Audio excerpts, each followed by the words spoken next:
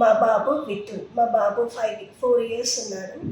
యాక్చువల్‌గా మా బాబు డ్రౌజీనెస్‌తో నడుస్తూ ఉన్నాడు. 2, 3 డేస్ నుంచి అలా అవుతుందనేసి టీఎక్స్ హాస్పిటల్‌కొచ్చాను. ఒకసారి చూయిద్దాం అసలు బాబు ఎందుకలా నడుస్తున్నాడు అని. సో, ఎమర్జెన్సీ వార్డ్‌లో శ్రీనివాస్ సార్‌ని, స్వర్ణలత మేడంని కలిసాను.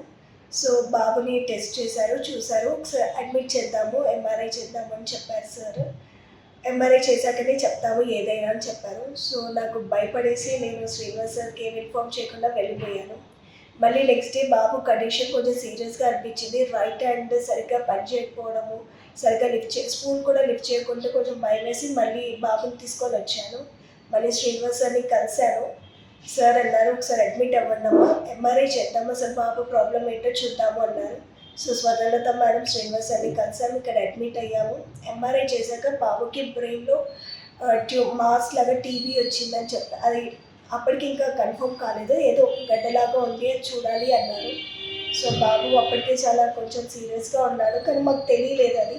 ఇక్కడికి వచ్చాక ఇమ్మీడియట్‌గా ఆ రోజు నైట్ ఎంఆర్ఐ చేసేసి తర్వాత ఒక చిన్న ఆపరేషన్ చేశారు ఆ రోజు night.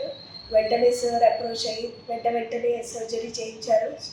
Doctor Chandrasekhar sir surgery చేశారు. తర్వాత Swarnalatha madam, Srinivas sir special care తీసుకున్నారు. బాబు 4 డేస్ వెంటిలేటర్ మీద ఉన్నాడు. తర్వాత బాబుకి సర్జరీ అయ్యాక సరిగ్గా చూడడు, మాట్లాడడు, నడవడు అని కొన్ని ప్రాబ్లమ్స్ అని చెప్పారు. ఎలా ఉంటుందని అందరం భయపడ్డాము. కాకపోతే ఫస్ట్ బాబు చూశాడు, హ్యాపీ అనిపించింది. తర్వాత మెల్లిమెల్లిగా మాట్లాడాడు. ఇప్పుడు మా బాబు ముందులాగా నడుస్తున్నాడు.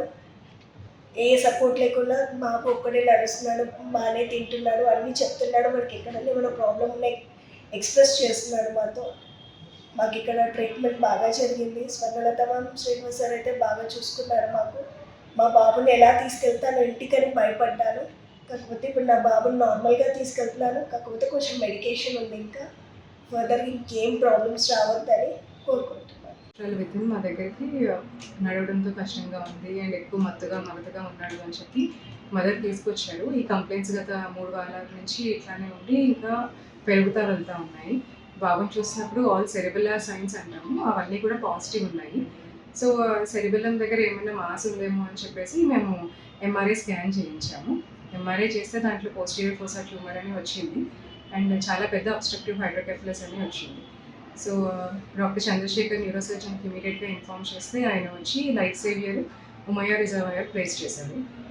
దాని తర్వాత చైల్డ్ని వెంటిలేషన్ మీద కంటిన్యూ చేసి మిగతా రిపోర్ట్స్ అంతా సపోర్టింగ్ ఎవిడెన్స్ తీసుకొని అప్పుడు ఎంఆర్ఐతో పాటు క్రేనియోటమీ అనేది జరిగింది బాబుకి. వెంటిలేటర్ మీద ఉన్నప్పుడు చాలానే ప్రాబ్లమ్స్ ఫేస్ చేశాము ఈ బాబుతో.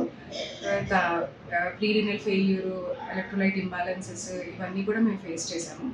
అండ్ ఆల్రెడీ అడ్మిషన్కి ముందే బాబుకి కోల్డ్ కాఫ్ ఫీవర్ ఎక్కువ ఉండడం వల్ల లంగ్స్లో కూడా నిమోనియా ఉంది. సో జాగ్రత్తగా వెంటిలేటర్ తీసిన తర్వాత బాబు తల్లిని గుర్తుపట్టడము, నడవడం అనేది నెమ్మదిగా వచ్చింది. ఇప్పుడు ఓవర్ 2 వీక్స్ బాబు చాలా చక్కగా గుర్తుపడుతున్నాడు పేరెంట్స్ని, నడుస్తున్నాడు, మాట్లాడుతున్నాడు, తను తినగలుగుతున్నాడు. ఏమీ రెసిడ్యుయల్ డిఫెక్ట్స్ ఏమీ లేవు. రిజర్వాయర్ని తీసేసి మళ్ళీ బీపీ షంట్ అనేది వేయడం కూడా జరిగింది. సో ఓవరాల్ అది చాలా మంచి improvement and very challenging case. Thank you.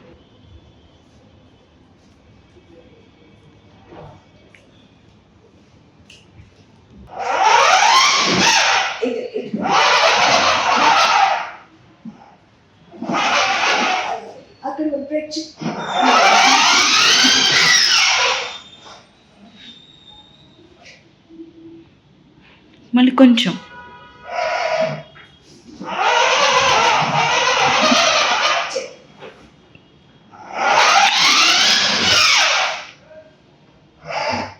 చేసాయి.